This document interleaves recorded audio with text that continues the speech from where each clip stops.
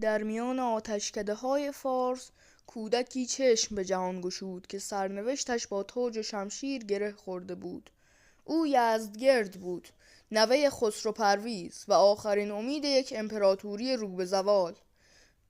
در حالی که هنوز کودکی بیش نبود، بزرگان ساسانی او را بر تخت نشاندند.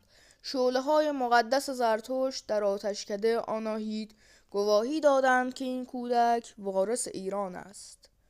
یزدگرد بزرگ شد، اما نه در آرامش.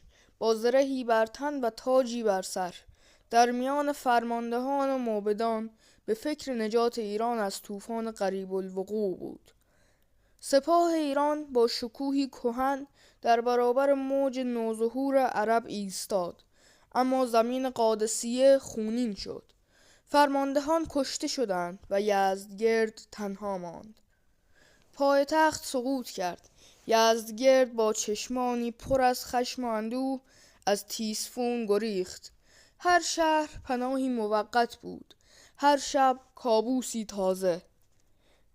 او به مرو رسید، جایی که امیدی تازه داشت، اما در دل شب آسیابانی با خنجر تاریخ را دگرگون کرد. خیانت از نزدیکترین ها آمد.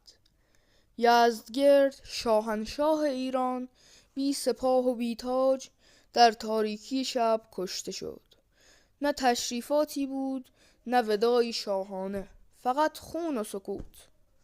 پیکر بیجانش را مردم یافتند، با اشک، با احترام او را دفن کردند، نه به خاطر قدرتش بلکه به خاطر دردش. با مرگ یزدگرد ساسانیان به پایان رسیدند، اما خاطره او در دل تاریخ باقی ماند به عنوان آخرین نگهبان ایران پیش از اسلام.